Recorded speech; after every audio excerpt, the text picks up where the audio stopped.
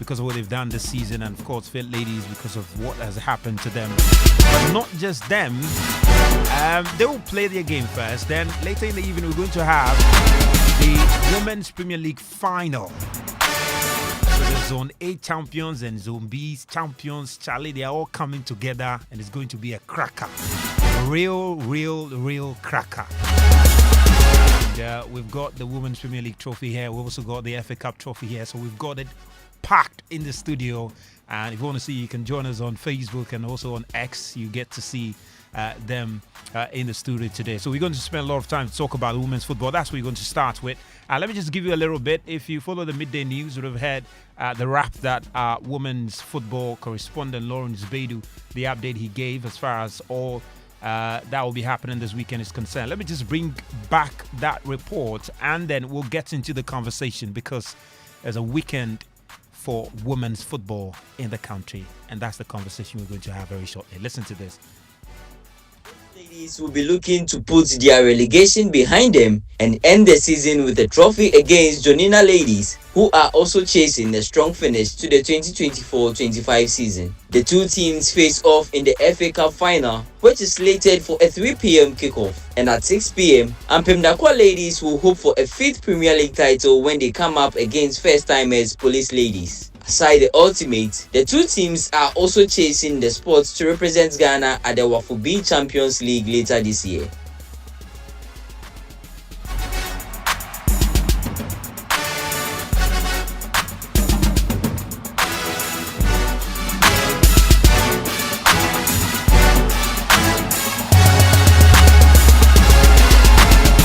Exciting time. It's going to be an exciting weekend at the University of Ghana Stadium. Remember, the game plan is brought to you by Petrosol Platinum Energy, energizing dreams. And of course, Betway, you get way more. And just talking about Betway, it's time to get rewarded as the next big sports betting influencer with Betway. Just make sure to place your bets and share your codes with friends, fans, and followers. If they place bets using your code, you earn 4% of their wager.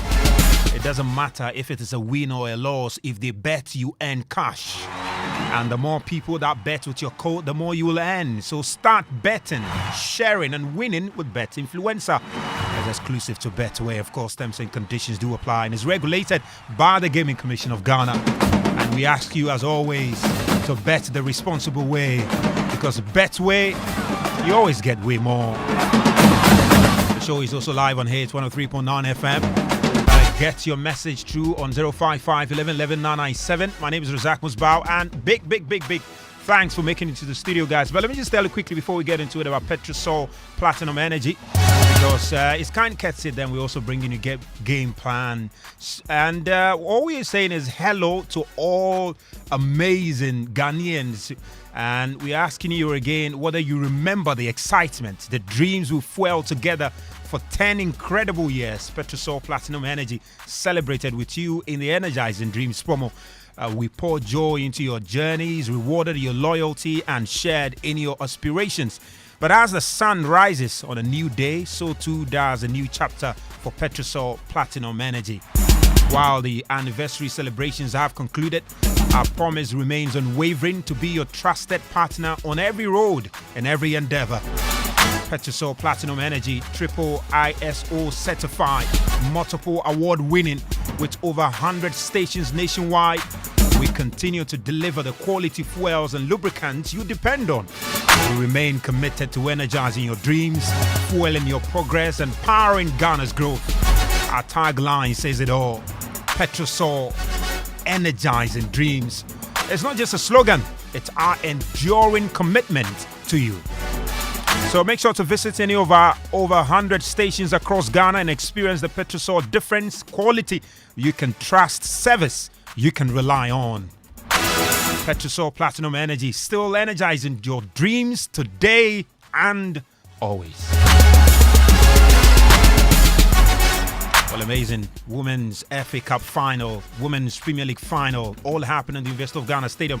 And in studio with me, I've got Lawrence Beidou, our women's football correspondent. He's followed the FA Cup closely, also followed the Women's Premier League closely.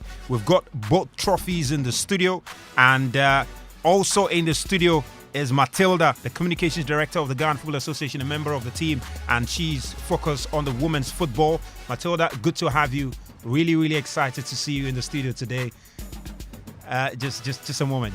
I'll bring you in just a moment. You can speak now, Matilda. All right, thanks very much. You look excited and ready for the weekend, right? Of course, we have a very big weekend ahead of us, and that's why you could see all the excitement surrounding us. Absolutely. Love it. Also got Rumanatu Tahiru, former Black Queens player, also in the studio.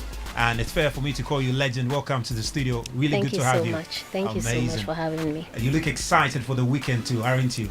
I'm very much excited about the weekend. Amazing. We're all excited about it. Let me start with you, Lawrence. Are you ready to introduce me? No, what kind of life is that? Relax. Take your time. Until you get certain things on your body, you know. Anyway, Mufta is in the studio. You hear from me very shortly. Dana Cranton is also hanging around, and the rest of the team are hanging around. You hear from them very shortly. But Lawrence, big weekend at the University of Ghana Stadium. And Jonina Ladies, let's start with the FA Cup first. Jonina Ladies and Fit Ladies, you follow them closely. Talk to me about their journey to the finals and why this is important for both teams. I mean, rightly said, this final happens to be a very important one for both clubs, because for whatever they will be playing for, they will also be looking at claiming a first trophy to their name, a first major silverware. For both teams? Yeah. I mean, for Fit Ladies, it's quite surprising because for a team that has been relegated from the southern zone of the Women's Premier League, it looks as if everything was going to jeopardize. But in that semi-final against Hazakes Ladies, they really showed maturity, a bit of calmness, and then we were able to secure their place in the final. Let it be known also that 3 of their games en route to the final went to penalty shootout. So when it comes to that aspect as well, they are one of the teams to look out for.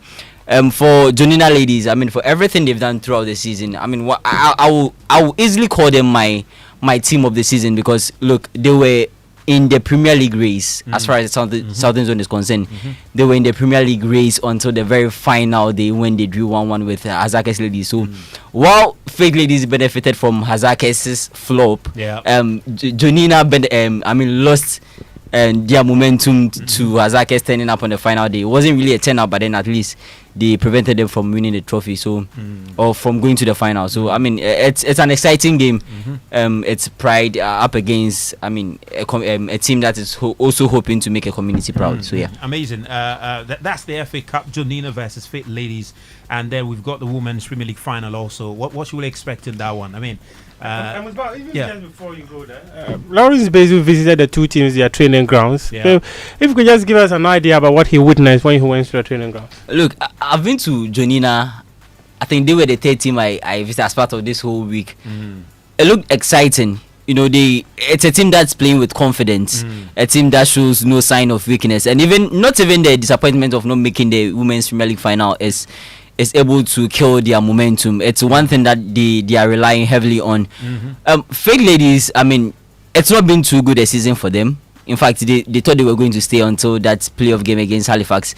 There's a bit of disappointment in there, but you always want to leave the stage high. You also want to paint a kind of picture in the minds of your fans. It'll be a good start to your journey towards returning to the Premier League. You win it, you get the confidence to go play in the Division 1 and possibly exactly. They've not really enjoyed the time of their head coach, because he's also been on national team duties and all that. But then his able assistants have been able to manage the team well. They are building confidence gradually. Look, they need to put behind the fact that they have been relegated, get that off their minds, and then gather momentum, gather courage, and go into that game against Jonina as if their lives depend on it. Yeah, as if their lives depend on it. Well, in the Women's Really final, you've got Police Ladies and playing Ampem Dakwa Ladies. This obviously is expected to be a cracker of a final. I'm telling you. This is big, isn't it? Very big, especially for Police Ladies. When it comes to the Southern Zone, and I'm still trying to get how everything unfolded. It's always been Hazakes Ladies, and in fact, for majority parts of the season, Hazakes Ladies seem to be on top. They fell off in the second half of the season. Call it form, call it immaturity, call it a squad that has not been there before, but they lost their form, and then Police were able to take advantage. One thing that has played to the advantage of Police Ladies has to be their I mean, the matured minds or the matured players they have in the squad. You know, it's a squad that has been together for so many years, so they know what it means to be on this stage. And even on the final day, when they knew there's an opportunity for Jonina to even, I mean, claim the Southern Zone title due to head-to-head differences, they still played their game and then went on ahead as if it was a normal business for them. So it's a big one for them. For Ampem Dakwa ladies, this like a regular stage. It's been between Hazakes and Ampem Dakwa almost every time, and vying for a fifth trophy. It tells you how good they've been on this stage. So you would want to call it experience. You would want to call it, I mean, a journey of I mean, leaving a legacy, because they are looking to tie the number of wins as against Hazakes ladies. So there's a bit of that as well. Police ladies, I mean, a bit of Africa-ish on their minds, and then you want to taste it too, right? Of course, they had two players who went with Hazakes ladies last year. Unfortunately, things didn't go well, but I'm sure the kind of messages they shared within the team has boosted the minds of and I think it's great to see, you know, the women's team trying to get into that stage, you know, want to play in Africa and all of that. It's great. It's great. And let me bring in Matilda now, and also bring in Rumanatu also into the conversation. Matilda, it's been a very what do you call it? I'm not sure whether to describe it exciting or interesting season for you in both competitions. I mean, talk to me about the FA Cup first of all. All right. Thank you very much for the opportunity again. Just as Lawrence have said, he's been one of the very people who have followed this season so keenly, and everything he has put out here today is very, very, very on point. Are you surprised with the finalists?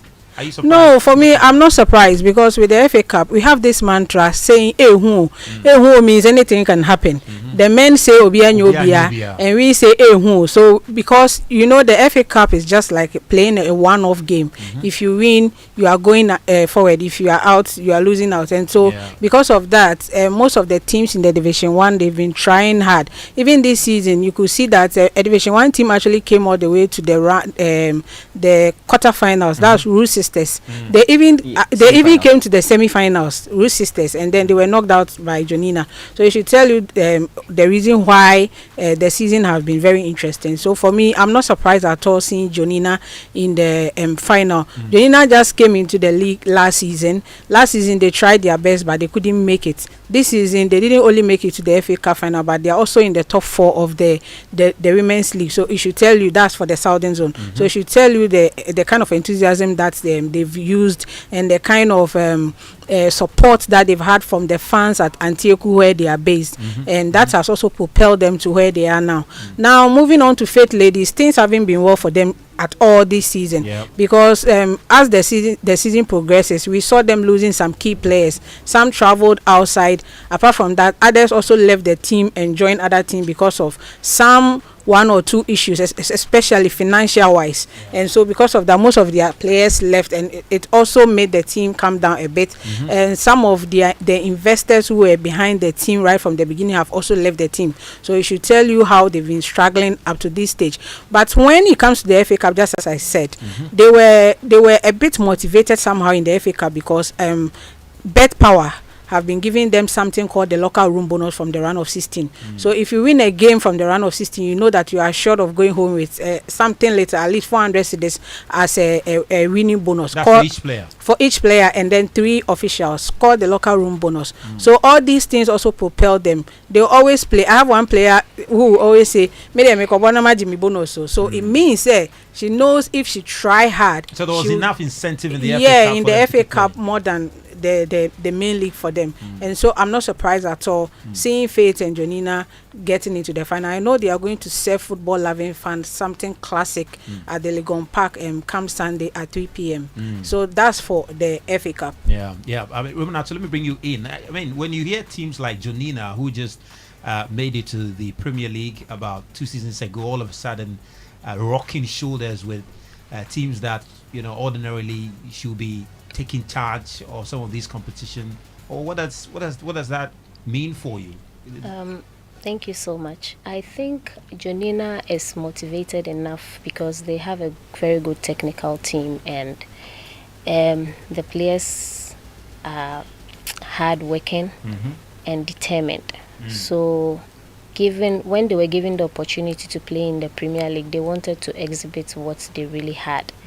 And it's a great platform for them to also show what they can bring to the table. So I think it's a motivation enough to make them play all out and then bring out their best. And I think it's great when we see new teams coming in and rocking shoulders with teams that you say these are, like you mentioned, what happened at the Southern Zone, where you saw Police Ladies knocking Hazaka's Ladies off few games at the end of the season.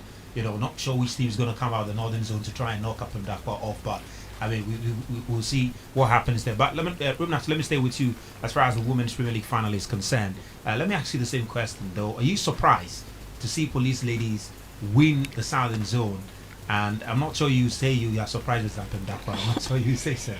Well, for Ampem Dakwa, it's been a regular thing for them to qualify to the stage. So I think they are used to it. But for Police Ladies, I think last season they qualified to the finals of the FA Cup, and they lost out. And I think that's pushed them to work harder, because they felt that if they are able to do a lot more, they will get better opportunities. And when the league started, I think they were on top of the league around the third and the fourth week. Yes. And then they slipped off a little bit and they had to sit up, and then so I'm not surprised, because this season I think they are doing very well. They are playing much more with excitement and motivation, so it's not a surprise to me at all. It's not a surprise, but it must be great as far as the competitiveness of the league is concerned, isn't it? Yeah, it's really great, because this time around I think all the teams are coming out, they are well motivated.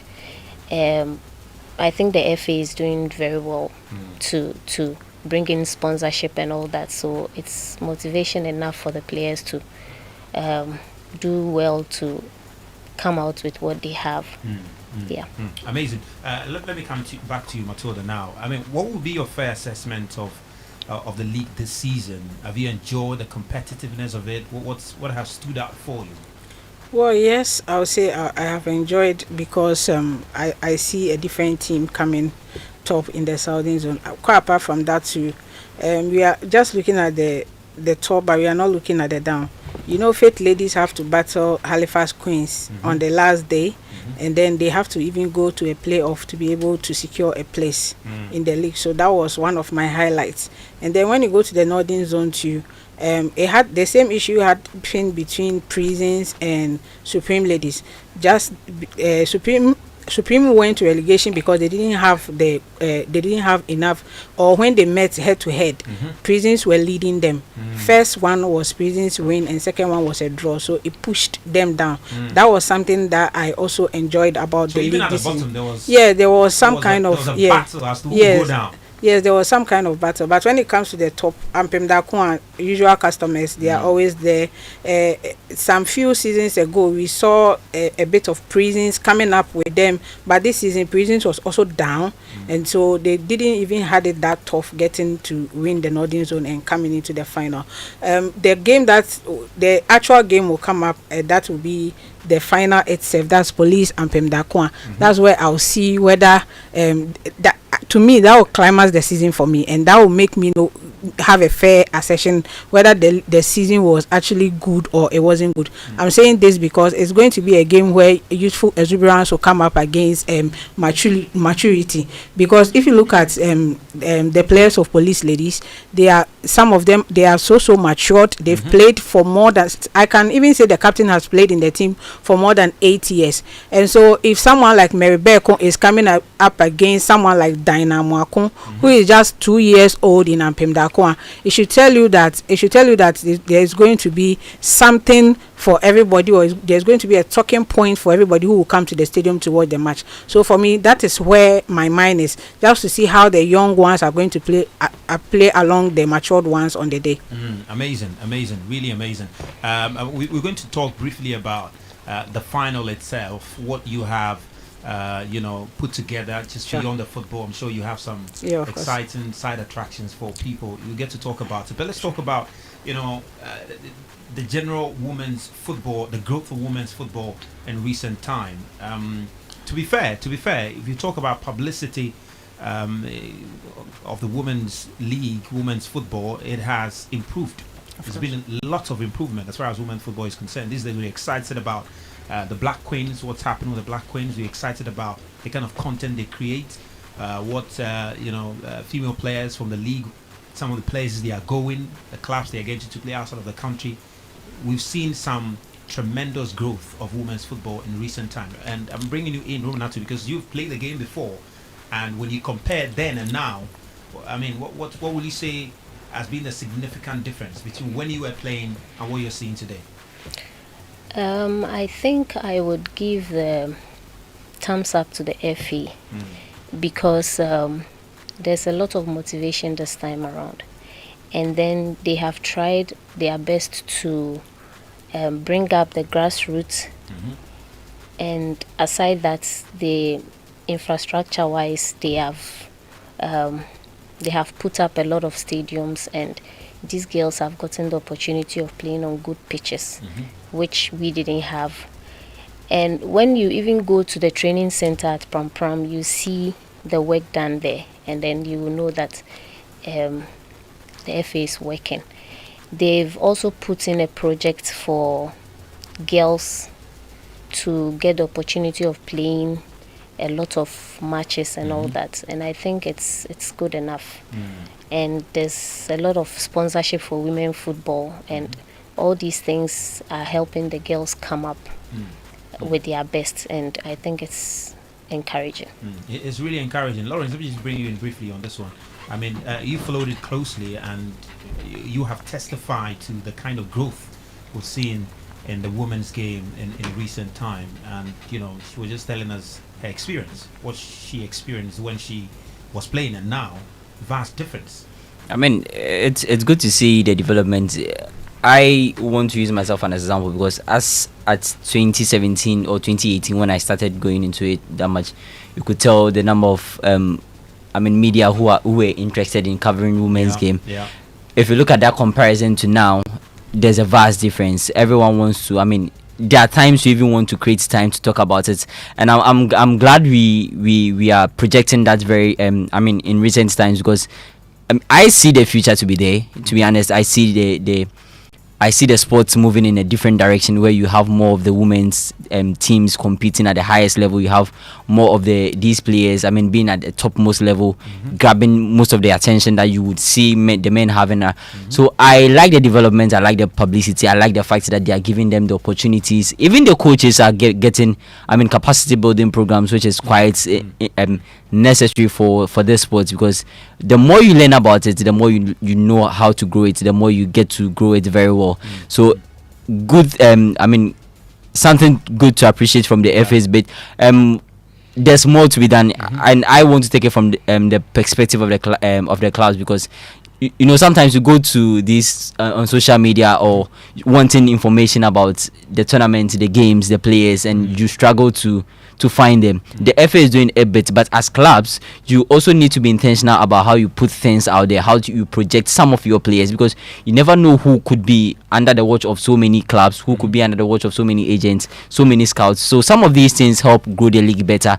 I feel one thing the FA can do more is also to bring up workshop for. They've been trying. There've been several of these in the past, but then they can do it more and then help the teams to grow, help the clubs to grow, help the players to grow. Because once all of these things get in shape, you don't need the FA stressing much about publicity, and it boils down to everyone contributing to the growth of the league and then women's football. Amazing. Matilda, one picture I have in mind whenever I think about women's football, the one picture was the African Games, Cape Coast, when the ladies played the final. It was incredible, the kind of atmosphere we saw that. And all I said to myself, and I think we had that conversation here, is that we needed to sustain it. And to some extent, I think we've sustained it. Just recently, the CAF under 15 girls tournaments, right? Ghana won the tournament, right? And we saw the atmosphere. What has the FA been doing to try and sustain this momentum that we are having as far as women's football is concerned? All right. We've been doing. The FA has been putting in the works. With regards to these finals, the FA have officially written to the Ghana Education Service to be able to get some of the students in the schools, the secondary schools in Accra, to come fill up the park for us. Apart from that, police are in the final, and the servicemen and women, there are a lot of them around. We've spoken to them. They have to come to the park and support their team, and also support the FA Cup finalists as well.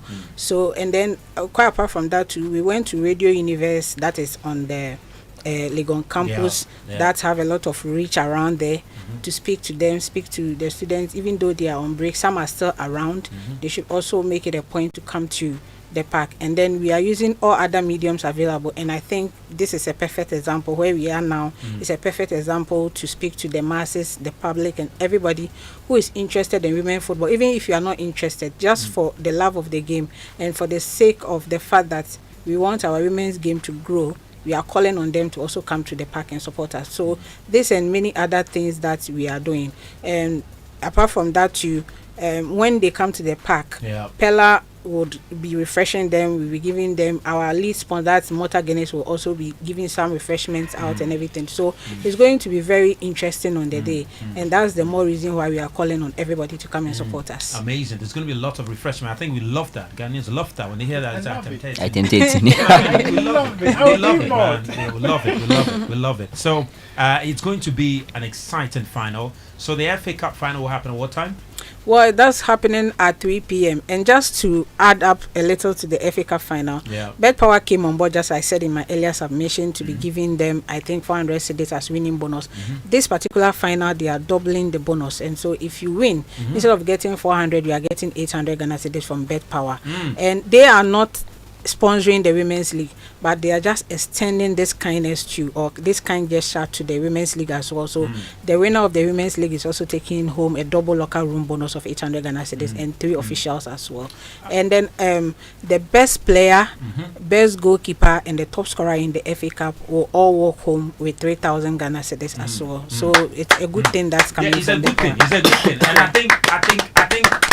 Yeah, it's a good thing. And I think it will be very nice. There are many people in the country who are dosed. You know, there are CEOs of Man Electricals. You know, Man Electricals. We know them. All right. We are bringing our sponsorship letter to him. Very soon you will receive letter. We want him to come best player. We want him to come on board. You can take it up. 3K. Then they'll add 2K. Yeah. Man Electricals supported by sharp crowd. Quick. Dani Group of companies. Of course. Achu and Sons. No, they don't have. I don't have the company. They don't have any. You don't know that they have over there. I'm not talking about it. You come and top up so that by the time the best goalkeeper will go, not to say thank you or the coffee and all of that. So it's going to be a great final. Is it free or you've got to get? Well, it's free. It's free, but when it comes to because of the limited number of the VIP size, we are going to give accreditation to our media friends, and then we're giving complimentary card to the people who will sit in the VIP. Apart from that, all the other places are free. Yeah, it's free, man, guys. You got to bring it's a good time, good family day out. Yes, bring the kids along and come and sit in University of Ghana Stadium and enjoy free football by our ladies. If you want to speak to me directly. Tell me to bring my kids along. Why are you taking it for yourself? I'm taking it personal. Bring them, bring your kids. Bring everybody out. I'm sure they are interested in football. Yeah. Football is interesting now. Yeah, really mad about football. It's crazy. Amazing. We've got the trophies in the studio. Matilda, can you help us? Which one is the Premier League and which are for the benefit of our viewers? So the first one, the one with the ball, this one is the FA Cup, and then the other one with the W sign is the Women's Premier League. Yeah, so that's it. And they are all made in Ghana. Yes. Oh, wow. We didn't buy it from anywhere. Made in Ghana, crafted in Ghana. Yes. So who will be taking it? Jonina or Faith Ladies? Ampem Dakwa or Police Ladies? 90 minutes will decide. Abang. See the position you want to put her in. How do you want to comment? No, I said 90 minutes will decide. 90 minutes will decide for both teams. I'm not even asking her. She's occupied that shit for a million years. So she knows what you are doing. So, police for no. Abang for no. There's no phone. It was the FA Cup final last season. Yes, Yeah. last I saw them in season. the stands. They came up against Army. It was 2 service teams, but they were not able to carry the day. So this time round, they are not in the FA Cup, but they are in the league, and they are saying they will do everything possible to take This one, the trophy away Army, from you have to Pemba come and Kwa. support your brothers and sisters. Come and support your brothers and sisters. Maybe Yeah. they will come Then around. all of us to come and support our brothers and sisters. The civilians. Yeah, the civilians. Anyway, Matilda, thank you for coming. Rumnati, also thank you very much for coming. Thank you And for we're all having going me. to be at the finals at the University of Ghana Stadium this weekend. And Lawrence, thank you also for coming. Because Lawrence and the team will be there to monitor it all. You're still listening to Game Plan. And yeah, this one, a few messages coming through. And I'm hearing someone said, Faith ladies all the way. Hey! Press Kwan. Somebody too is rooting for Jonina ladies in the FA Cup final. The police officers are sending the messages. They say, "Hey, police for never far, you know." Hey. Anyway, let's see what happens. It's a big festival at the University of Ghana Stadium. Matilda, thank you very much again. Rubenatu, thank you very much again.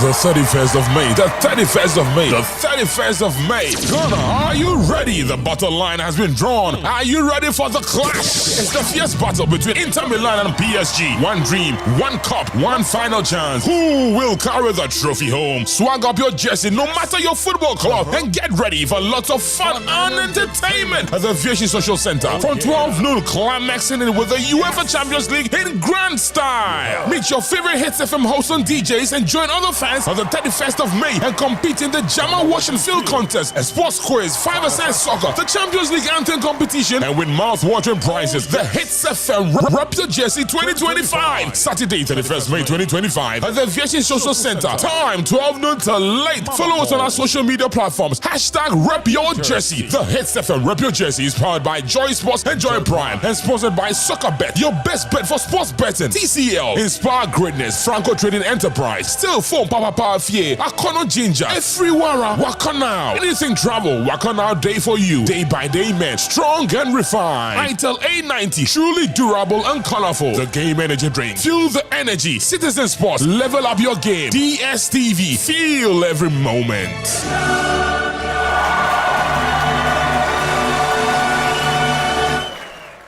FPAC is effective for headaches and relieves the symptoms of flu, colds, and catarrh. FPAC blows away the pain associated with sore throats. During and after a hard day's work, FPAC relieves you of body pains. After the day's sports workout, FPAC helps the body to control the aching muscles. FPAC is effective against feverishness. FPAC reduces body temperature associated with malaria and other fevers. FPAC is effective against rheumatic pains. You can find FPAC in all pharmacy and chemical select shops throughout the country. FPAC is not recommended for children less than 16 years of age, ulcer and asthmatic patients, pregnant and lactating mothers. If symptoms persist for more than 2 days, consult your doctor.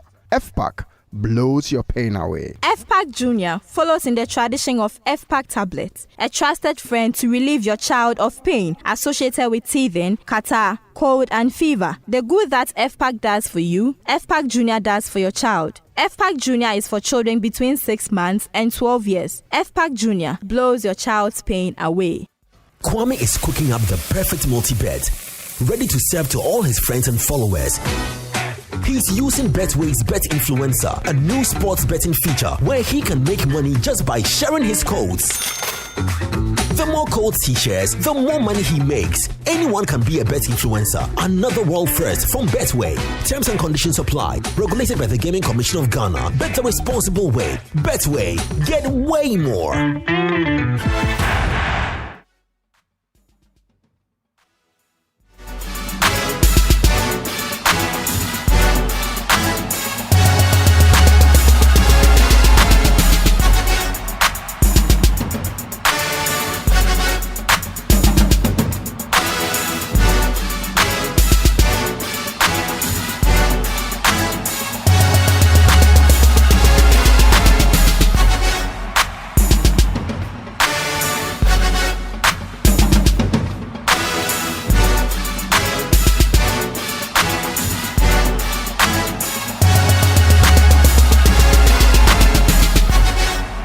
Welcome back. It's Game Plan here on Joe 99.7 FM live, also on the Hits 103.9 FM. My name is Razak Musbao, and the guys are in studio now. Achu is in the studio, and Daniel Kranti is also here. Of course, Muftar just stepped out briefly. He's going to join us very, very soon now. But let's talk about the under-20 team, because shockingly, they missed out on the World Cup. My goodness, man. Not again. Not again. Not again. The last time they were there in 2015, round of 16. And I think the next the next 4 editions, I think the next 2 editions also. 2021, they won the AFCON. They couldn't make it because of COVID. And then 2022, I believe, they didn't make it at all. And here we're 2023, rather. They didn't make it at all. And here we are, 2025. They also couldn't make it. So they've not been at the Under-20 World Cup since 2015. And that's just not good enough. Desmond Ofori came in with that one objective. But then they went to the AFCON. And what happened. There are those who have blamed Desmond Ofori for using foreign-based players, and they say that's why. The others who are associating the team's failure to his commitment to the Black Stars. Where do you stand on it? The guys are in studio. Let me bring Achu just joined me now. Achu, I didn't expect you today, though. I didn't expect you today. Yeah. I'm taking one. Do you want his content, or you do it? I didn't expect him today. Yeah, but I'm taking one for the team. Okay. Yes. So I said all is well. All is well, though. Yeah, all is well. Yeah. But you don't be serious. In fact, things will be better after tonight. After 10 p.m. tonight. What's happening at 10 p.m. tonight? Stamford Bridge. So he Musu. Oh, Jawas. Wait. 10 p.m. No, 10 p.m. There's a You've asked me how I'm feeling. I said I'm good. I will feel better after 10 p.m. Look, you want to determine how I will feel after 10 p.m. No, the question was not related to some of these suitings. No, I'm telling you what will make It's an interest in your life, personal life. Yes, and I'm telling you I'm feeling good. In fact, I'll feel better after 10 p.m. tonight. Fantastic. Why do you want to determine the things that should? I've told you that we'll collapse. When the bridge collapses, I'll be happy. The bridge will collapse tonight. Actually, there's a problem with your mic. Let me come to you. Who will fix it? We'll call the engineers. What is all this? Okay. How are you you pass Chelsea Man United? That one I found. How is that your problem? Hey, I'm telling you about the things that make me happy. Champions League football. They are serious about it. You are lying your 15th or whatever. They are serious, and they are elbowing people and getting themselves suspended. You want to use the back door to end the Champions League. You are serious about qualifying, and you are elbowing people and getting suspended. We are the World Champions League. It is part of everything. Leave it like that. But let's talk about the under-20 team. How disappointed were you with the team's performance? Oh, let Daniel have the first go. There is something I want. You are bringing something out. Yes, I want to be sure of it. So I'm checking the particulars and the exhibits and the pink sheets. When I'm done with that one, I'll fire. But for now, let Daniel fire. Daniel, you said you should have your turn. Good afternoon. Good afternoon. Nothing is happening 10 p.m. tonight. Just under 20 straight. Wow. Why are you so triggered like that? He said, good afternoon. So you respond, good afternoon. Yeah, I responded. How is wifey? No. So wifey is good. How is your girlfriend? You say, I don't have a girlfriend yet. No, I have a girlfriend. Please relax. Don't do that. These days we are quick. Straight. Charlie, time they go. Charlie. The odds are dropping. Charlie. Every minute the odds are they are changing. We are getting closer to you. Are sitting here saying at the speed of light. Some of you going to do something. At the speed of light. This guy. Time they go. Charlie Desmond Ofori, Amfa. Amfa is painful. Very disappointing because on paper Egypt was a team we should have beaten. Yeah, that's the first 2 goals were shocking, eh? Kindergarten mistakes. Very painful mistakes. But you see, the team. Look, we created enough chances to even win the game, even from 2 goals down. We got back in it at a very good time. Aziz's goal just on the stroke of halftime created that platform to the team for the team to come back in the second half and go on to probably win it. I thought even before the penalty in the 90 plus whatever, I thought we should have at least had the equalizer by then. That didn't happen. Hakim showed real good composure at that time to slot in the penalty the way he did. And then we went into extra time. even when we had a man sent off, I think Desmond managed the game really well with a man down, because then you could see Egypt wanted to turn the tempo and try and push and force the issue. But defensively, we looked really solid. And even when we had the ball going forward, we seemed dangerous on the counter, and we seemed very composed in defense. But the penalty shootout, very painful. Look, two things. First of all, I'm still waiting for an explanation from the coaching point of view as to why Hakim didn't take a penalty in the shootout, especially after he scored the penalty, the stroke of full time to send the game into extra time. I don't know why he didn't take a penalty. But then, second one too was, I don't know if you saw Da Costa when he was putting the ball on the spot. He was shaking. You understand? Like, but the ball, it looks like the wind was blowing the ball too, so the ball was not. No, that one day. But the wind could not have blown his arms. If you focus on the guy was shaking. There was. Yeah, we were watching the game as they say. Oh. But it's the goalkeeper too. He was doing too much on the touchline. No, as for that, I will get there. That one will get there. That one will get there. But I'm saying, you see, for your third kicker to be shaking as he's placing the ball on the spot, that doesn't look like a team that has prepared for that. But you see, you can prepare, but on the day, it's a different ball game altogether. No, you see, look, preparation will always give you a certain level of confidence. The guy wasn't shaking when he was playing throughout the whole game. When it was time to take the penalty, no, that one day. But I'm saying that, look, to be shaking, it's at the back of your mind. If I miss a penalty, Ghanaians will finish me. No, that one day is not easy. It's not easy. But I'm saying that, you see, and I'm not saying it to blame him. I'm just saying that I think we could have prepared ourselves better for the shootout. He didn't look convincing in that the technique was just all over. Usually when you see the players do that sort of run up when they stutter, those sort of penalties are goalkeeper dependent. So do check the keeper moves more, then he slots it the other way. But it was a very nervous penalty. Where he put it was perfect height for the goalkeeper, who came off his line. The keeper came off his line. But it wasn't clear. Oh, it was clear. The keeper came off his line. There are two things. First of all, initial a replay.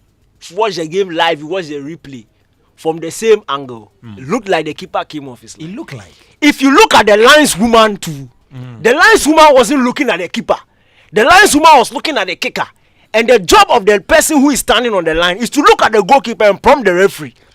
She wasn't looking at the goalkeeper. I noticed those. Like, yes. Why are you looking? She was looking at the kicker, which is a poor job. And then thirdly too, VAR didn't even look at the thing again. They didn't even check. They didn't even show us the angle of the goalkeeper on his line. They didn't show us that angle. But your team is not. It was clear.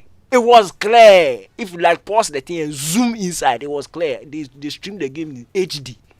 But these days we know how the lines are drawn. It might look like it was clear, but the thing is clear. It's not small. They say 1 foot must be on the line. The guy's foot was not on the line. It was there. It clear. His foot was not on the line.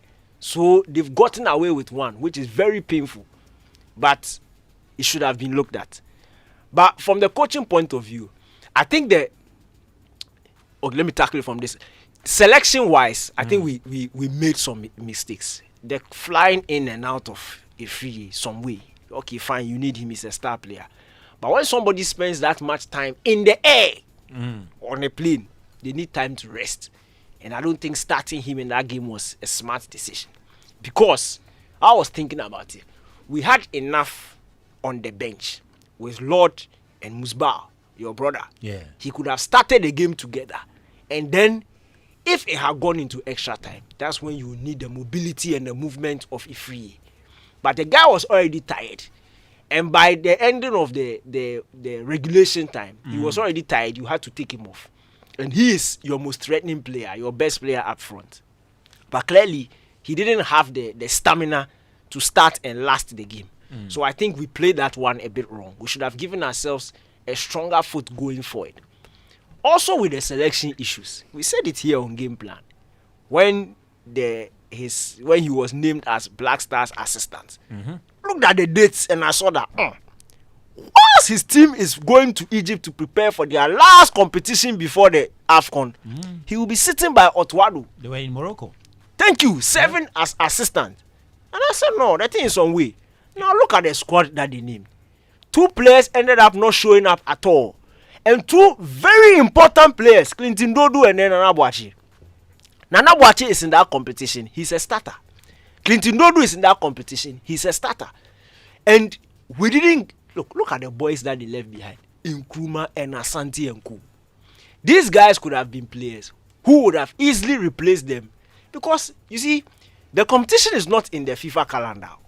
So the clubs is at the club's discretion. The boy, the Nottingham boy, their friend say Arafat, that guy. He too, he didn't go. Top baller. But Didi Dorman described him as one of the best talents to have emerged from Right to Dream. Baller. The guy is a baller. The guy didn't go because it's not in the FIFA calendar, it's at the club's discretion. But the ones you can control are the local clubs. That one, by all means, one call from Ketinye, release a player, he's done. But the foreign clubs, you have to do. That's what. Look at the negotiation they did. 1 match, 1 flying. 1 match, 1 flying. 1 match, 1 flying. Some way. So you can't control that one, especially if they are playing at their club. Clinton is playing, so the club is not going to release him. And it is crunch time in the season, ending of the season where 3 points, 1 point can get you championship or European. People are fighting for promotion and things. So it's a very critical point in the season. So I feel like we should have gone with be sure, 100% sure that they play. It's not 50-50 if. No. Give yourself the best foot forward.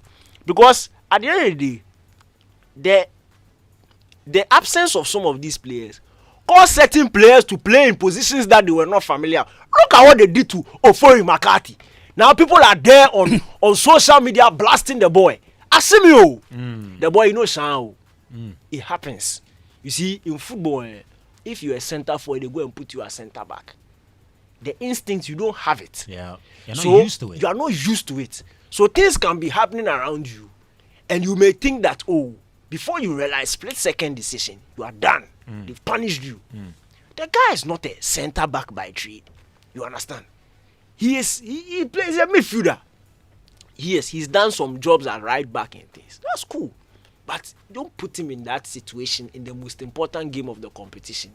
He can fumble. If Nana Boakye was in, that's straight starter. You put Ofori McCarthy where he belongs. You see, so look at Aziz. Aziz had to play the whole competition as a winger. He's not a right winger too. The guy was playing number 10 behind striker, linking the play. The guy is a baller.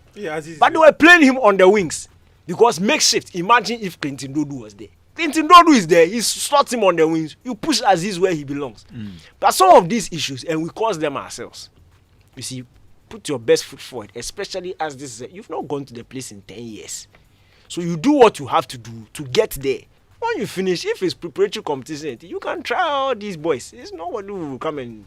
But it's painful that this team, we know the promise that this team had. Yeah. We know how good the head coach is. He's done incredible work. And then at the end of the day, it is a penalty shootout again. Again. That has let us down. It's very but on a level, you see, this one side issue. We need to add penalty saving to our goalkeeping training in this country. Hey! What about the kicking? No, the kicking they relax. You see the kick kicking no, because we got 4 out of 5. You know. Boga. Doesn't matter. When was the last time a Ghanaian goalkeeper saved a penalty kick? Nuruddin. No, in shootout. Okay, that one there. But Nuruddin taking training for it. Go learn the thing for this thing Belgium week. When was the last time? Competitive game. When was the last time Ghanaian goalkeeper saved a penalty in a shootout? Maybe this thing fatal down there. 2013 AFCON. Against Burkina Faso. Brahima, no catch some more. The AFCON. Brahima, you over me. You no catch some more. Brahima no catch some the penalty. Olele to it. You see Olele catch penalty before. He just a dive. He just a go like this. It's a serious matter. No, but it's serious. It's a serious matter. Serious. Because if you can't count on your goalkeeper to save like this one. The 2009 and 20 World Cup. Then he just saved like 2. He saved 2. He saved like 2 penalties. Yeah. The way he saved the thing save error, but still like he saved. You do. The way he saved the thing some way, but still save. You understand? So if you can't count on your goalkeepers to save penalties, it's a serious disadvantage going. But even beyond the national teams, are there goalkeepers you can point to within the local space? They say no, this one is good at penalties. Are there like 3 goalkeepers that you can point to and say no, this one is good? They all belong to the older generation. I think Jose Former was good. The former Azakes, Heart of Lions and Indiana Stars goalkeeper. Yeah, he was good. I think he was good. Then the era before, I would say Sami Ajay. He saved a few, but Asa, he had. I don't think, and if the listeners will remember, Richard Atta saved a couple of penalties. The way he saved the thing, error. He saved the thing like Daniel J. Feel like he won't die, but he won't die. So it was the same ball. But Frederick Asari is pretty good when it comes on these penalties. Frederick Asari. Yeah, Kotoko's goalkeeper. Which shootout? Which one? Which shootout did he saved a few penalties. Which one? Oh, really? The Ghana Premier League. I know the guy. No, but to be frank, it's something we, especially, you see, you are looking at a country that has suffered with shootout. Look at England, though. England suffered, and they paid people to do research into why they were suffering penalties. Took the recommendation and added it to. Look at the 2018 this thing. Yeah. They won how many shootouts? They scored 5 out of all their penalties against Colombia. They scored. It was as a result of this. Look at even the Euros 2020. Pickford save from Jorginho, Senayonko. Yeah. Pickford saved the penalty. I know the Egyptian they changed the goalkeeper when he came to penalty. All be straight. We who go change? We all be like the Luis Van 2014 format. Yeah, the guy did the job for them. You know, but I think the point is valid. It's valid. It's valid. Fatal that Black Stars. Because back in the day, this guy, what we name himself, the guy with the Mubarak, champion keeper. Oh, back in the day. Penalty kicks. Oh, quick, he'll save it for you. We carry him with in the sport for this. Omuthai, you want to come in? Who wants to come in? No, speak to Achu. Achu, have you gotten something? Yeah.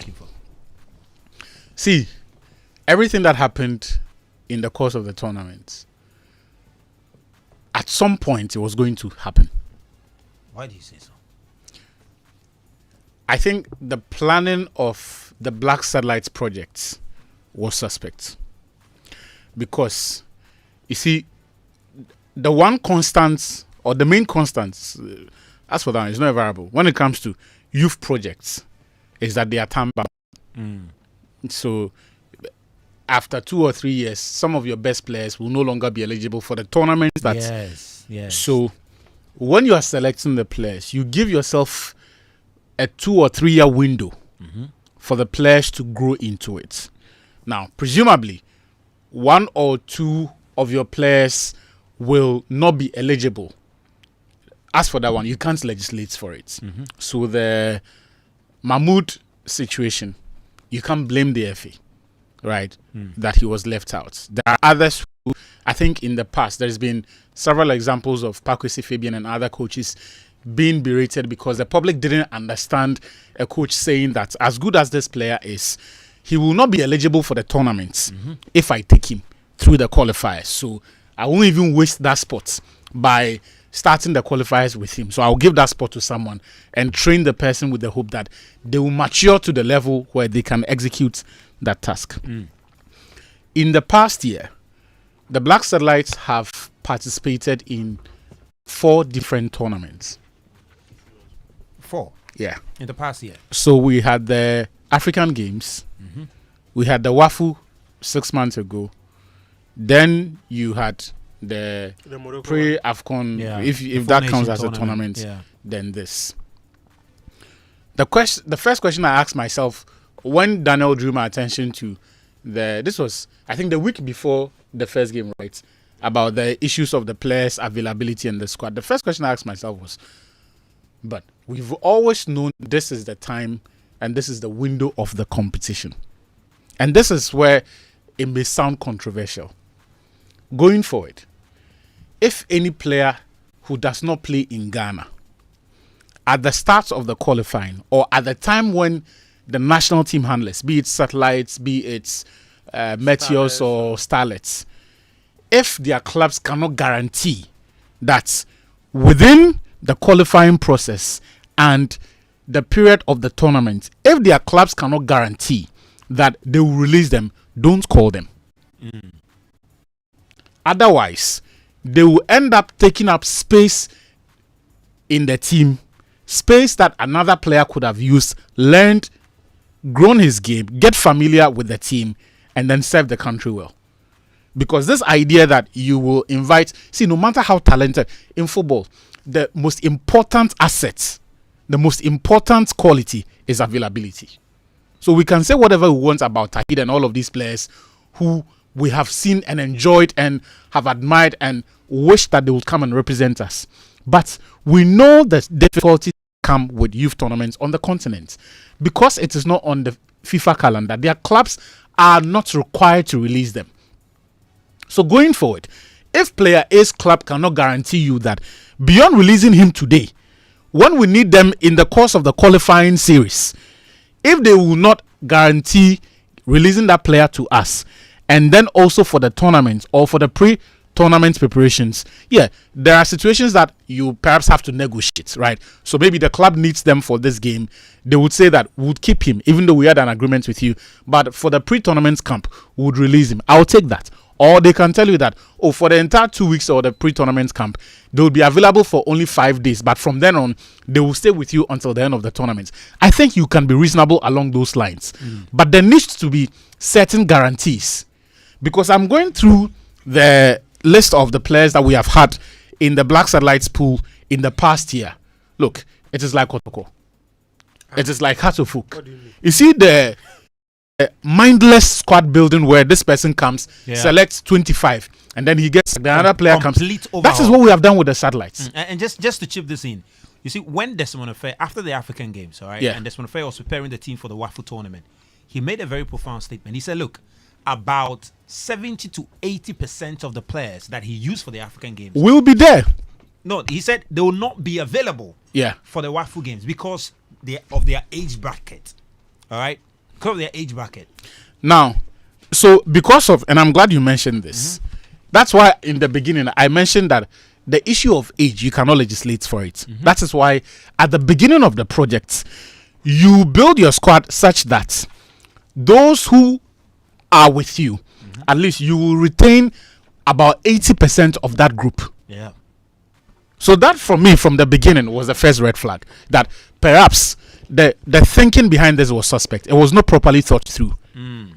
Because it cannot be that after the very first assignment, about 80% of your squad are not eligible. How? When the tournaments that they are going to participate in is within 12 or 14 months away. That's the first sign of poor planning. Because you see, I think after the African Games, Desmond Affair had to do another. So I'll get into the specifics. Another recruitment. So he did. So for the WAFU B, Benjamin Chum, a goalkeeper, he joined Said Yakubu as the goalkeepers for the WAFU tournaments. Vincent Anane and Daniel Afo were dropped. Then Entry da Costa, Collins Boa, Mustafa Abu, Desmond Tete, Alasan, Prince Menu Malabodam, Hayford Edubuahene, Richard Tete, Dennis Amayao, Apia Kubi, they were all introduced into the team. Because then it means that all the gains that you made, everything that you taught them, it has gone to waste because now you are accommodating 16 new players to a 23-man squad. Where is that done? To start afresh. Right? Yeah. So everything that got us excited about the African Games, it was just, we got the medals, and after that, there was no value. Right? But if you look at this group, you are going to think that, but from the African Games till now, I can recognize Aaron Esel, Ufori McCarthy, right? Jerry Efriye, and all of those boys. So it looks like the team has a spine. But all of the other elements around them keep changing. After the 16 from the WAFU B, we had up to, I think, about another 11. Now, beyond the new faces that were even introduced for this one, we have the small matter of what I've just explained. The foreign-based players whose clubs would not release them. And you see, sometimes, and this is the point where you also have to put yourself in the shoes of those players. Nana Boakye signed for Sheriff Tiraspol in July, right? July last year. He is, as at the beginning of the year, was 6 months into his new contract at that club. You really think that is a time for his progress to be disturbed, come to national team camp, then go, come to national team camp and go, and all of those things. So those are, as for those ones, every right-thinking person will pardon it. There's not much they could have done. But I'm saying that the idea that you selected players who you knew at the time you were picking them, that by the time the tournament comes around, about 70% of them will not be eligible for. Then what was the point of inviting them? And then 6 months later, you invite another group. Then they come in. Then even amongst that particular group, there are some funny omissions. Look, the simple solution, right, to what Ofe said in March, was it last year, about the players and the age issues, was that look at Sivanyo. Look at some of those players, the key men in, like instance, Black Starlets team, and promote the good ones into the team. But you see, let me just introduce this element to it. And Daniel, just look at this. And when it first came up, I had an issue with it.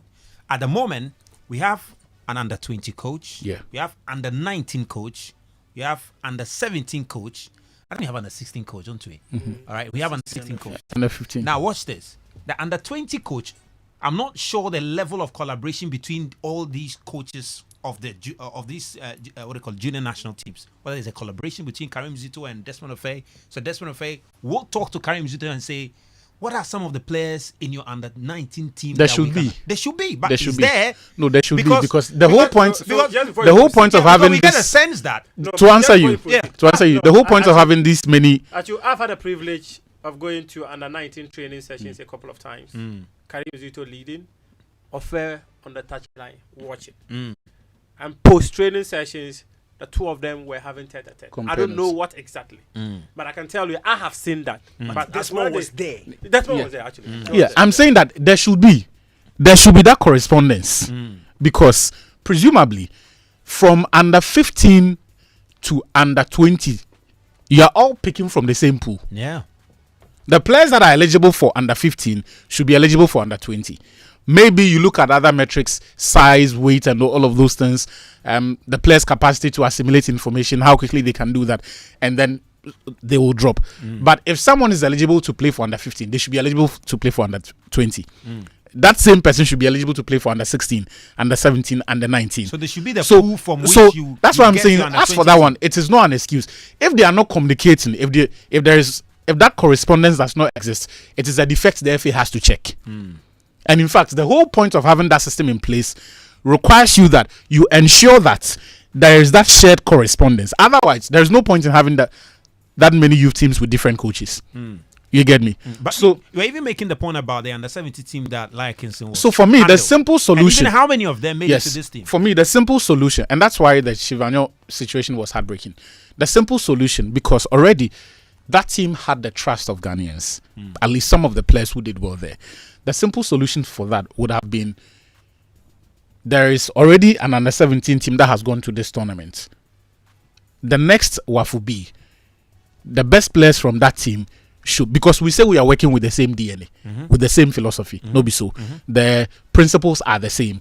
It's the manner of executions and implementation that may differ, but the concept of coaching and everything are the same. You should be able to take some of those players into the under 20. Yeah.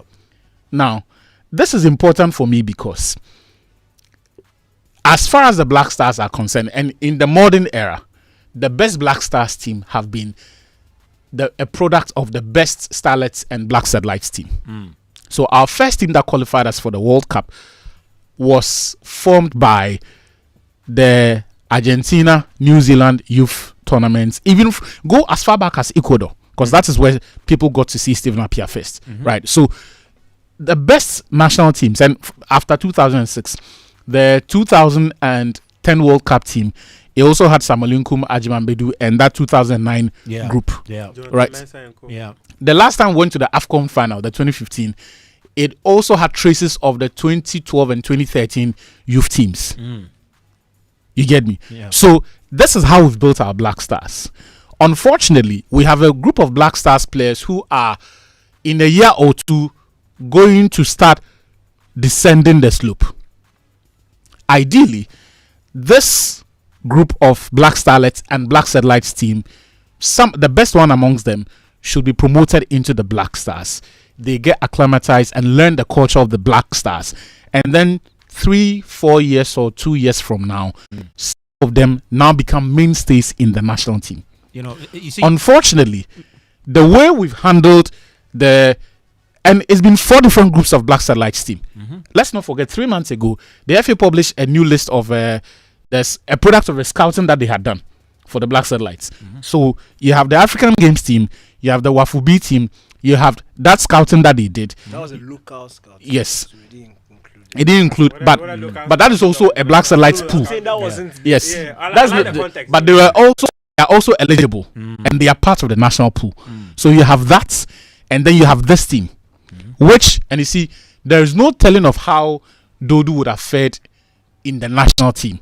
So even if he, in the next 6 months or so, he's doing well, on the back of his club performance alone, on the back of Edmond Asante's performance alone, Mahmoud, you cannot make a case for them into the national team. But if they had shown that at the Black Satellites, there is a clear path towards education and then graduation to the Black Stars. Unfortunately for us, we have missed it on 4 different Black Satellites groups, 4 different Black Starlets groups, to the point where, as we speak here, who really is going to be confident about their chances of anybody from this team and the Starlets team joining the Black Stars, apart from Jerry Efie, and Jerry Efie is already in the team. Yeah.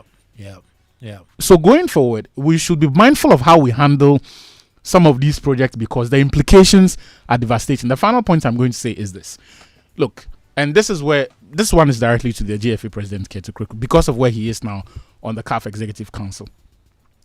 I have repeatedly said the zonal qualifying formats and even the timetable for the African Youth Championships does not help us.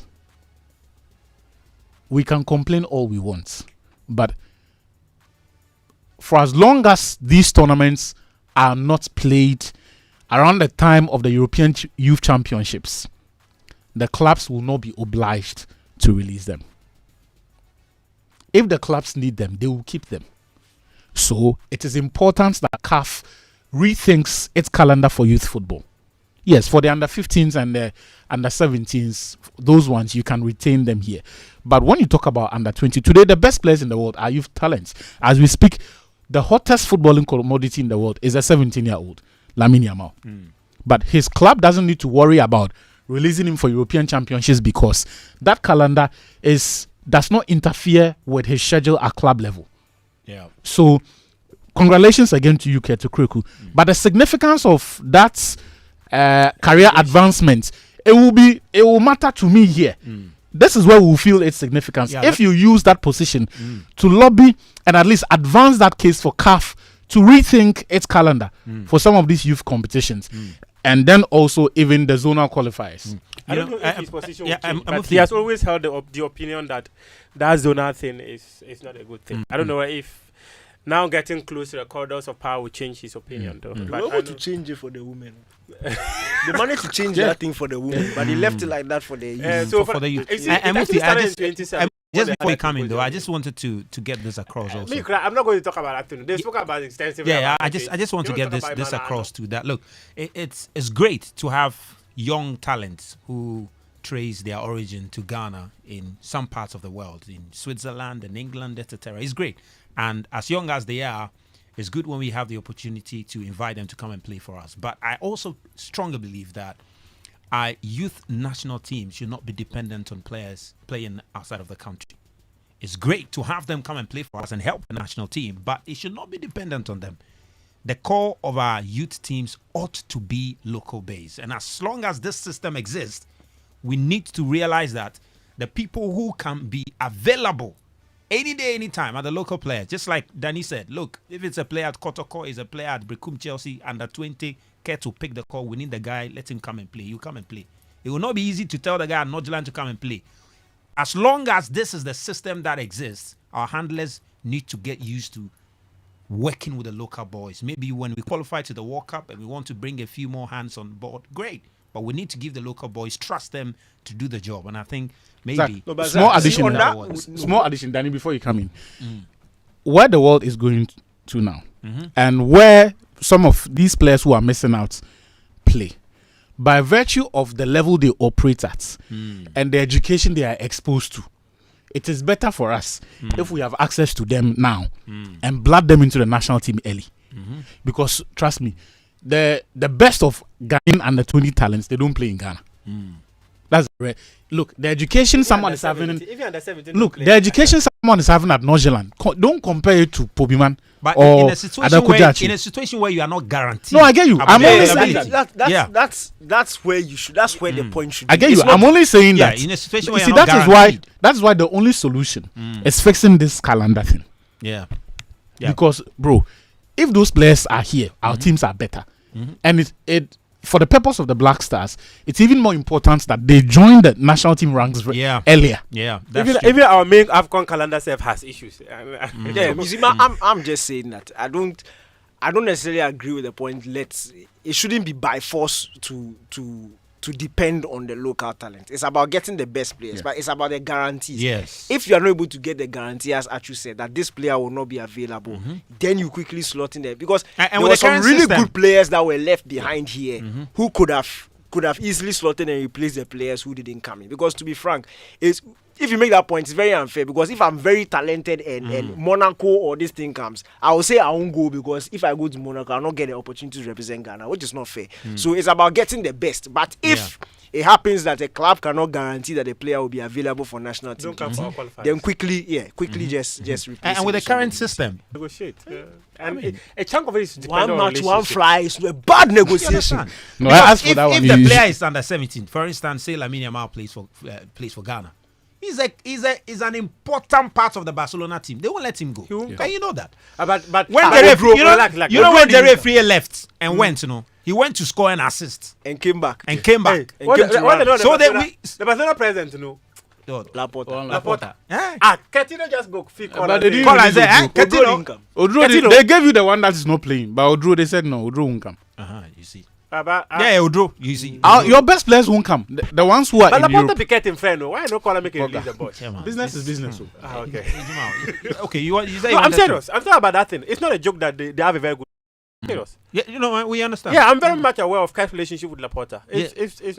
We are laughing at me. No, we are not laughing. He's the second vice president of CAF. Even before he got there. But now he is. So his portfolio has increased now. It's better for Laporta to be friends with him. He's close to Patrice. Let's move on. You wanted to touch on what? What do you want? Me, I want to talk about they want to contest the law. No, you can go and do that, but the law is the law at the moment. My point of departure from the FA, that thing is, the law doesn't state what the fine will be. It is per your discretion to look at the thing and say I'll punish him. Okay. When you situate it in our jurisdiction and our context, religion plays a huge part in our culture and the way we do our things. So it's a very harsh punishment for it. And I think that's why people are looking at it. Like, he just expressed his love for God and you are fining him 100. Could have been a warning. They are secular. Your friend is simple. We say we are secular, but we are not secular. The proper secular this thing, Kodigapo, they gave him a warning. Magehi, the first time, they gave him a warning. He did it a second time. Second time, they still gave him a warning. Like we've seen instances, high-profile instances, where in leagues that even have more reach than us, when Gapo did it, the whole world knew. And not as done, he began a pay. Some people say no. You get it. That's why I think people are. Yes, we understand it's the law. But when you have the discretion, exactly. So how much does the guy earn? How much is the league generating that you are going to take 500 Ghana cedi from him because of this harmless thing that he has? Like, who is he going to hit? I think that's where people are coming from. And for me, so and I think I can understand Daniel's point that there is no fixed amount. How much? A fine someone should pay or whatever. As far as the punishment goes, it's not specified. It's at the discretion of the regulations of FIFA are clear. Is it Rule 4, Paragraph 4? Political messages, religious messages, commercial messages are not permitted under GAMES. It is clear. Yes. Okay. Now you've gone to expose a religious message. The FA says this is not acceptable. It's a discretion of the Ghana Football Association to say we are warning you or we are fining you. Yeah. They chose the option of fining the player. Now the player comes to say, even a certain community of people have support of footballers, and why can't he do same for Jesus? That's where I think lots of education must go through. That secular community that the player mentioned, which is LGBTQ plus what, it's not a religion, but it's political. It's not political. You can argue It's political. It is not political. It's political. It is not a religion. It's not MPP, but it's political. It's a political thing. The point is this. Yeah. The point is this. LGBTQ plus is country based. Maybe in the UK they accept it. In the US they accept it. Has it been accepted by Ghana? That's a question that we should all answer. If Ghana accepts it, that is where you can now say that, okay, if players somewhere or even players in Ghana or even government of Ghana justifies and supports a certain community of people, you can. Why can't I support Jesus Christ? That is a point you can make based on what you think. But your biases towards a certain community should not be the basis for you to go and display religious messages when the rule says we don't permit it. So Because you say the guy in rebuttal, there no lie. that rebuttal, I think Nations FC, they need to educate their player very well. They have to do that. Also, there's the other bit. The FIFA regulations say that we do not discriminate against any community of people. So FIFA permits that, okay, if you are someone who is in the LGBTQ plus community, the FIFA regulations governing football, we don't discriminate against anyone. So if you want to play your football, fine. But let's not forget when we went to Doha, there were issues of people trying to get access to the stadium. When they saw this rainbow thing, they denied them access because in the country Doha they don't permit it. So if it is permitted in the US, it is permitted in the UK or other parts of the world. You cannot just take that and bring it on to us and say, well, because it's permitted over there, you too, you want to use that to support. So let me get this one. So even though FIFA has a general rule Yes. that they are non-discriminatory, Yes, in certain countries that rule is not applicable. it is applicable everywhere. No, but that's the point. So, for instance, hang They are on. non-discrimin- So you go to Qatar, for and Qatar they say Go and do it we will not allow you to do it. We're not allowed to. No, relax. expre- It wasn't FIFA. That was a completely different thing. The security who were asked to man the gates for the games were those who were denying people access. But it came from the Qatari Football Federation. It came from. You see, But the in fact, security when we men, were they going were there, they were out of under their the own employ of control. the Qatari Football actually, Federation. when we were going there, we were told there's no alcohol.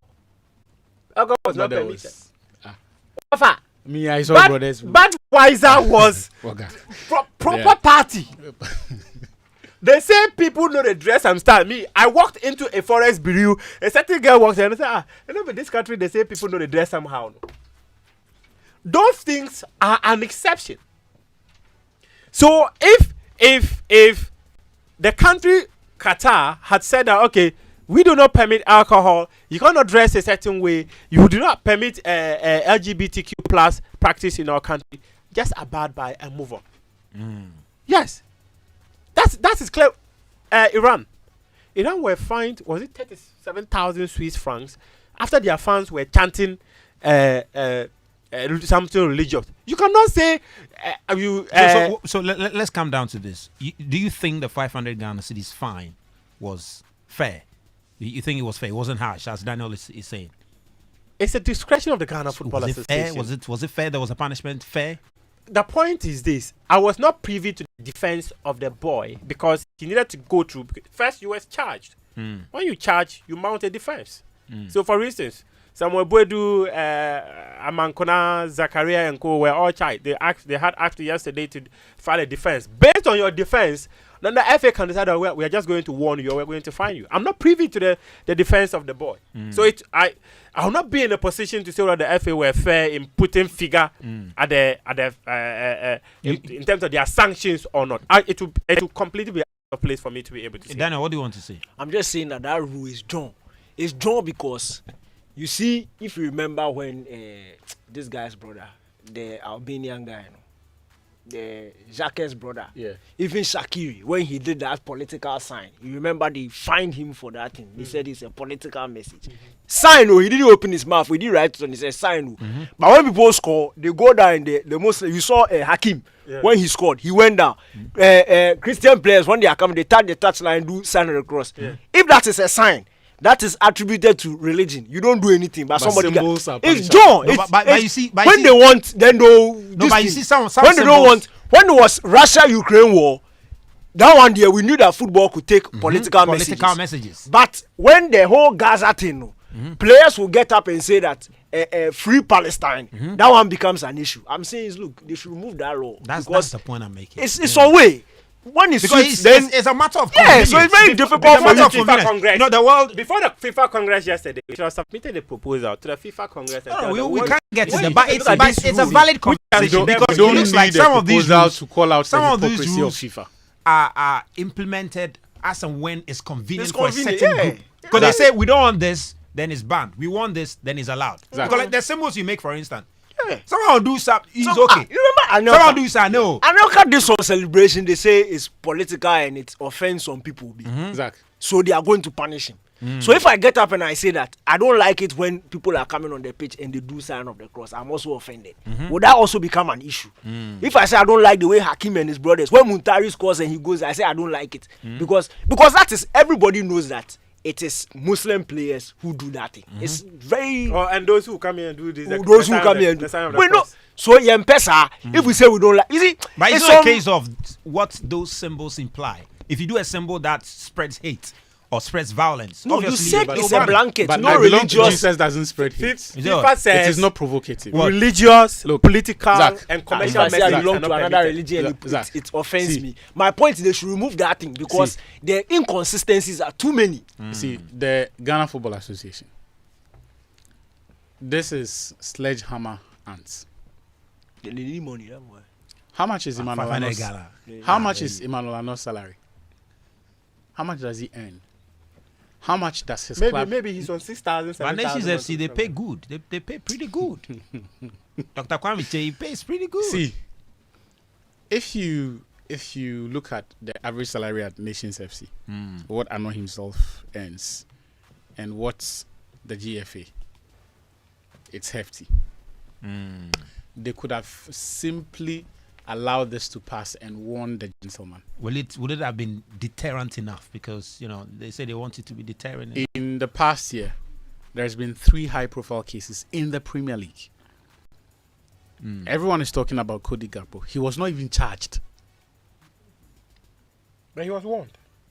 I'm saying that he was not even charged. They said, we have noticed this thing that you have done. It is not consistent with our regulations. Don't do it again. Mark Gohi. He was not even charged either. The first time he was warned. Then he went and did it again. They warned him again. They did not even charge him. Yeah. Because they realize that while that conduct may not be consistent or permissible or permitted by the IFAB regulation, they also understand that that regulation was introduced for a specific purpose. So when every law is introduced, it has the specific wording, which is the letter, and then the spirit that gives life to it, which is the reason behind it. So laws are enforced because without them there will be chaos, there will be infringement of rights, there will be lawlessness. So presumably, the way the English FA looked at it, it was a question of 2 things: the severity of what he had done and the impacts of it. That is why every punishment has to be commensurate to the offense. Yeah. So yes, he has flouted the regulation, but what is the consequence of it? Somebody die. Or is someone going to starve for 5 years because Gakpo or what's his name, Margot, he wrote "I love Jesus" on an armband? So the view of that was that, okay, this conduct did not exactly occasion any harm to anybody, so we can let it slide. That is not to say that by exercising their discretion, all of a sudden the regulation is scrapped or the law is scrapped, and so for any future incidents they cannot use it. No, the law is there; it is still alive. When there is the need for it, they will. This law itself was introduced mainly because of political. The division such things come with. Often the political messaging, Yeah. provocative messaging in areas where they have a history of civil war, right? So the Albanian situation that Shaqiri and co got themselves involved in, those were issues that had not gone cold. When the Egyptian FA and FIFA banned Abutrika and in fact all players from the Maghreb region from putting political messages, it was at the height of the Libyan civil war.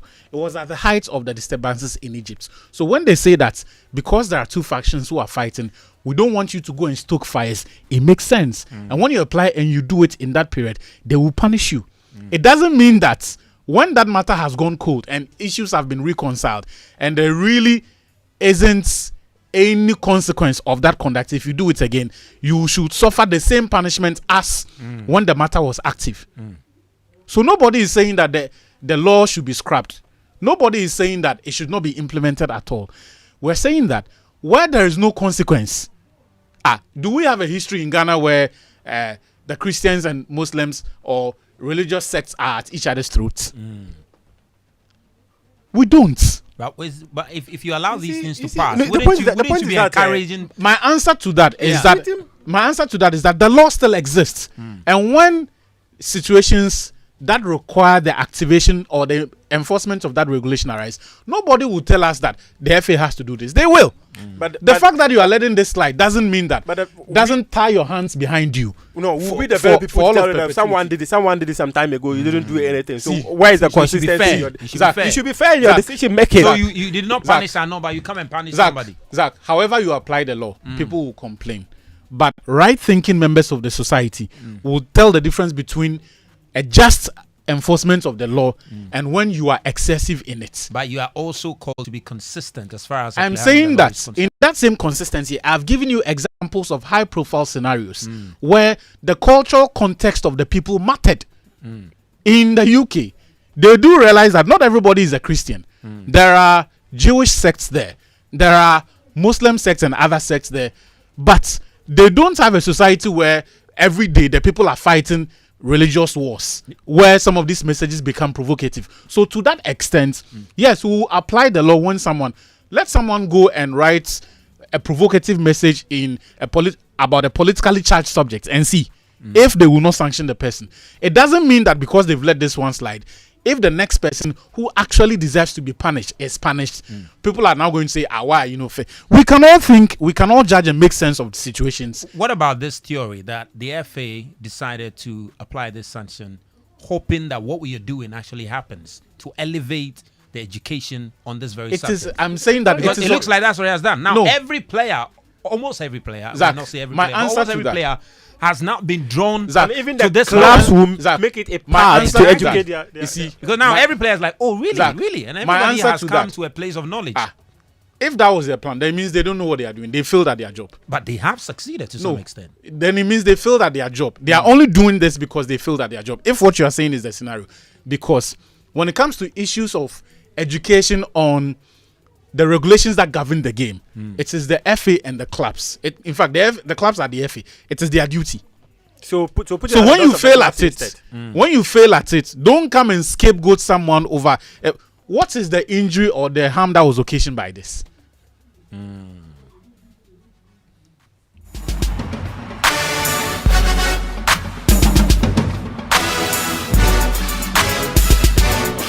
Well, while at it, remember the Hit FM Rep Your Jersey 31st of May at the Aviation Social Center. We are all looking forward to it. It's Inter Milan against Paris Saint-Germain. One dream, one cup, one final chance. Who will carry the trophy home? It's going to be exciting. It's going to be exciting. Aviation Social Center, 12 noon till Jamal Washington, few contest, sports quiz, 5-a-side soccer, the Champions League anthem competition, and many more. Remember the Hit FM Rep Your Jersey is powered by Joy Sports and Joy Prime and sponsored by Soccer Bet, your best bet for sports bet in TCL, Inspire Greatness, Franco Trading Enterprise, Still Phone, Papa Pa, Fie, Akono Ginger, Ifiwara, Wakan Now, Anything Travel, Wakan Now, day for you, day by day, man, stronger, refined, ITIL A90. Truly durable and colorful in the game. Energy drink, feel the energy. Citizen Sports, level up your game. DSTV, feel every moment. And while at it, remember the Betway Bet Influencer is so on. Make sure you get your rewarded as the next big sports betting influencer with Betway. All you need to do is place bets and share your codes with friends, fans, and followers. And if they place bets using your code, you earn 4% of their wager. It doesn't matter if it is a win or a loss. If they bet, you earn cash. And the more people that bet with your code, the more you will earn. So start betting, sharing, and winning with Bet Influencer, exclusive to Betway. Terms and conditions do apply and is regulated by the Gaming Commission of Ghana. Betway, we always say, you get way more.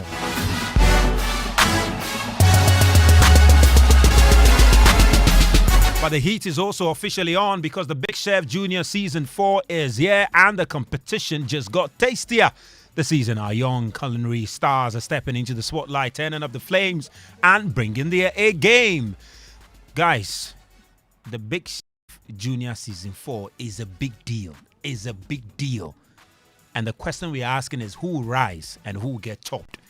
You have the chance to vote for your favorite to stay in the competition via the short code *711 *60#. So don't miss a single moment of the heat, the drama, and the flavor. Big Chef Junior Season 4 shows every Sunday at 4 p.m. only on Joy Prime. And it's sponsored by Frito Vegetable Oil, Fortune Spread, Indomie, Gino Tomato Mix, Day Purified Drinking Water, Level 2 Feminine Wash, Kivo Hot Pepper, and Reedy Vitamin C. Big Chef, good meals by kids.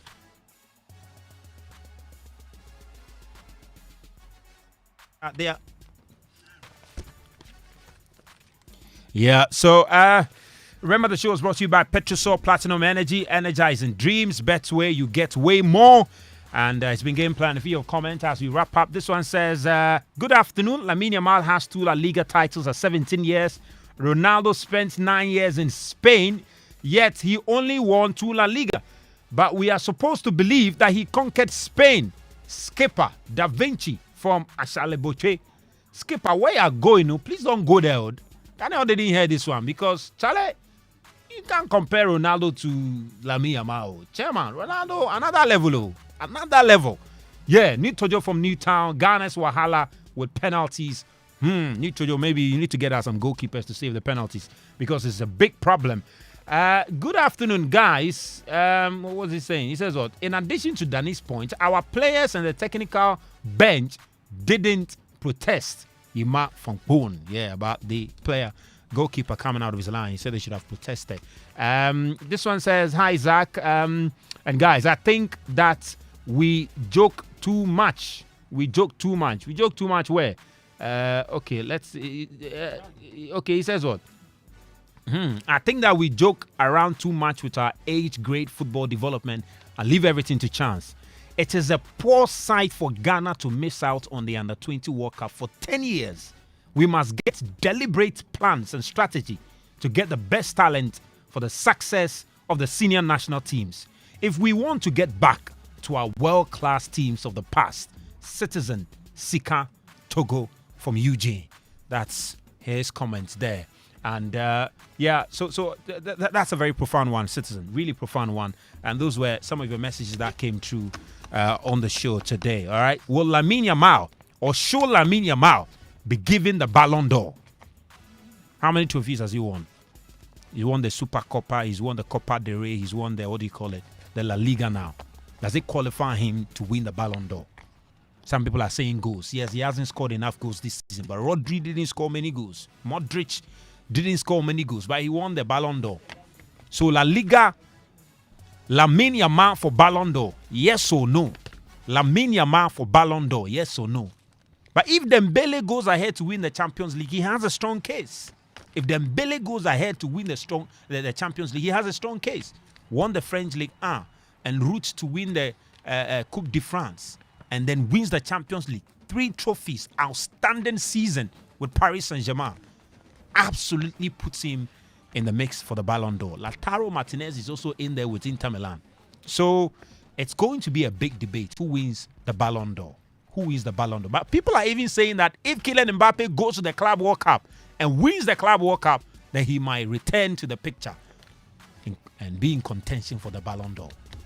Charlie, somewhere cry. So who win the Ballon d'Or? We wait to see how it will unfold. We're all going to be here by the grace of God. We'll be here. Anyway, guys, thank you so much for being part of the show. We'll be back same time next week, Friday, for more. Make it a point to be in Vista Ghana Stadium this weekend and enjoy the Women's FA Cup final and the Premier League final. There's also some athletics competition happening tomorrow, Saturday. Is Accra Open.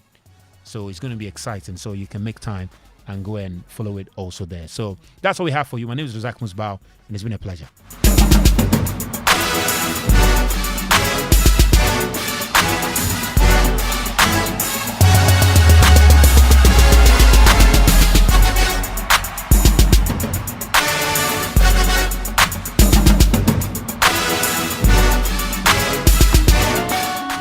Son, we are so proud